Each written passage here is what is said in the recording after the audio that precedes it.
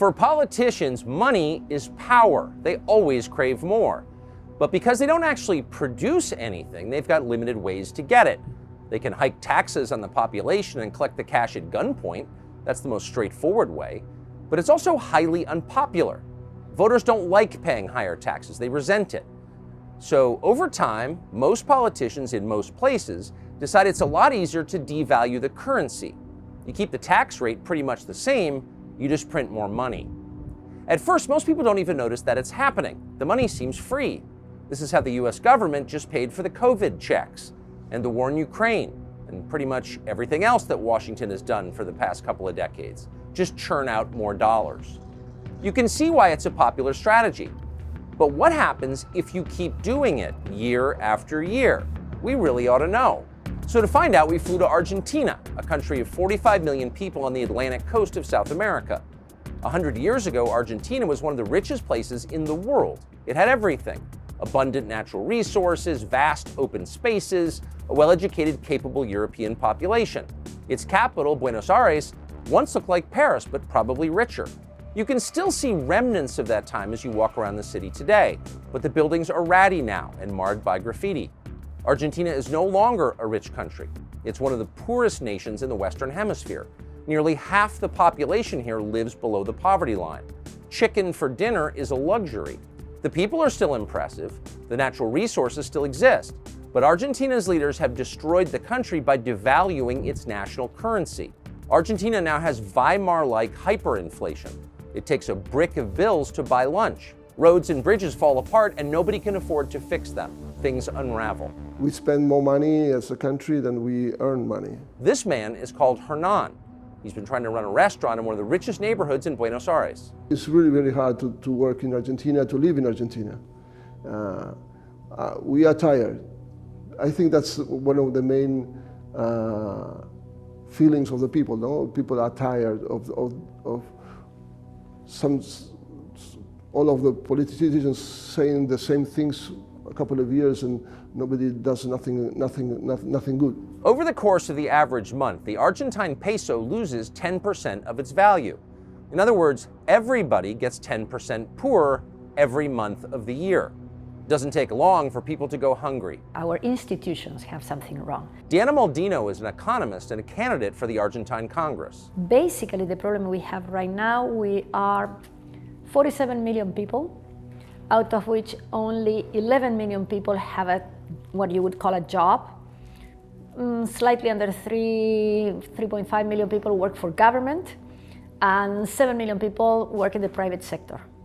So 10 million people, 11 million people out of 47, 25% of the people. And that's counting the government workers. So if you take out the government workers, and that really is an electric windmill. Yeah, 1/7 of the country would have a private job. So that means 7 million people are working to support the other 40 million people. And let me add something.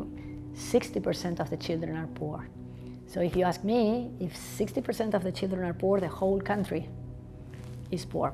Argentina's currency is so inflated and worthless, it can no longer be used to buy anything of value.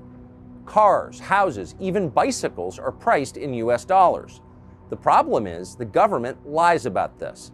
Banks are not allowed to exchange dollars at market rates, and that drives the entire population underground to the black market. So we're in downtown Buenos Aires. It's a Friday afternoon, and we're on our way to a cueva, a cave, to change US dollars into pesos. Now, the caves are the only place in the country that gives the actual exchange rate. The government lies about what its currency is worth and gives about half its value to people in exchange for dollars. So this is kind of the last outpost of economic honesty in the country, and of course the government is trying to shut them down. So we're gonna see if we can exchange 100 US dollars for Argentine pesos. Hola! He's my friend Tucker. Oh, hola. Is there security here? Yes. This is so cool. Well, we're on the top floor of a building, unmarked. We just got buzzed in after waiting outside for a while, and trying to change a $100 bill. Okay. How many money do you expect are you going to receive? I don't know. More or less. Guess. Enough to keep my door from closing, a doorstop. Well, now I feel rich. This is like Mad Max of caves. Don't seem like that? That is, so how much is that worth? Thank you. Well, thank you. Amazing. How do you carry all this? Hold on. In a bag. In a bag. You know, it's obviously amusing, but it's also sad. Imagine if that was your country, this was your national currency, and it was like, it had the value of home insulation, you know? And this was your work product. This is what you spent all day working for, and this is what you hope to feed your family with and send your kids to school and buy clothes. I mean, and it had been rendered worthless by greedy, dishonest pigs running your government and lecturing you about transgenderism, but in the end you were left impoverished and they were left rich. I mean, that's theft. It wasn't some sort of, you know, savage situation in there. It looked like a bank almost, though it's, you know, it's illegal, and it was, you know, had a kind of sotto voce vibe. It was very orderly.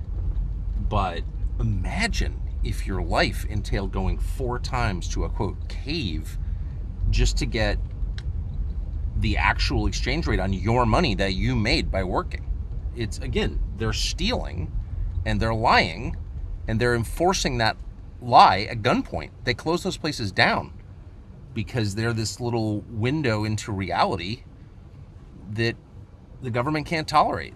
That's what a collapsing society looks like. Everybody's moving backwards. Nobody can tell the truth about anything. The functions of ordinary life have to be conducted furtively, in caves. In Argentina, the incentives are now so perversely inverted that many people decide it's not worth working. They can make more money sitting home idle. Sometimes we don't work because it's cheaper not to work than to work. Why is it cheaper not to work? Because you have to pay a lot of taxes to the people, and the unions and that sort of things, they are very, very expensive. So sometimes we prefer not to work. Oh, that's really incredible. Is that common here? Yes, it's common. For young people in a country like this, the obvious solution is to leave, and millions have. The future of the country slipping away forever. What's remarkable is that's just fine with the current Argentine government and with the Western media and NGOs that prop it up and relentlessly defend it. They're happy with the corrupt status quo. They're thriving.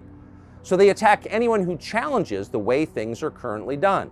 Not surprisingly, they especially hate Javier Milei. Creo que estamos los que laburamos, sí, generamos riqueza. Yo vos no te vi laburar nunca. Como ellos. Yo vos no te vi laburar nunca. Sí, bueno, a vos no te vi laburar nunca. Acá único te veo acá. A vos no te vi laburar nunca. Parásito. Tranquilo. Parásito. Somos estéticamente superiores. Sí. Digamos, ¿cómo eran los edificios de los zurdos? Cuadrados, negros, oscuros, sin ventanas. Eran inmundos. Teníamos las Torres Gemelas hasta que un hijo de puta las tiró abajo. Tenemos el Guggenheim. Es una maravilla. Inventamos la minifalda y la bikini. ¿Saben qué? Yo he decidido. Vamos con el capitalismo. ¡Viva la libertad, carajo! A ver, yo creo que el gran problema argentino es un problema cultural. Es decir, esta es una sociedad que está infectada de socialismo. Los políticos son una suerte de sociópatas que quieren hacernos creer que nosotros somos inválidos mentales, inválidos en todo sentido, porque no podemos vivir si no fuera por ellos. En realidad, los que no pueden vivir sin nosotros son ellos. Milei is an economist who's running for president here in the election next month, and the polls show he's winning. Milei's main observation is that things in Argentina are not working. Socialist monetary policy hasn't made people happy and secure. It's wrecked pretty much everything. It's destroyed the economy and families and the national spirit. It's enriched just a few. That's hardly a radical interpretation of events. It's obviously true, and everybody knows that it's true. But for daring to notice it, the stooges at Jeff Bezos' Washington Post and many other Western media outlets have denounced Javier Milei with rising hysteria as some kind of crypto-Nazi. Thankfully for Milei, the working-class young people who support him don't read the Washington Post. We sat down with Javier Milei for a long and interesting conversation which will air here tomorrow in this space. Keep in mind as you watch it that it's not just about Argentina. It's about you and your future too.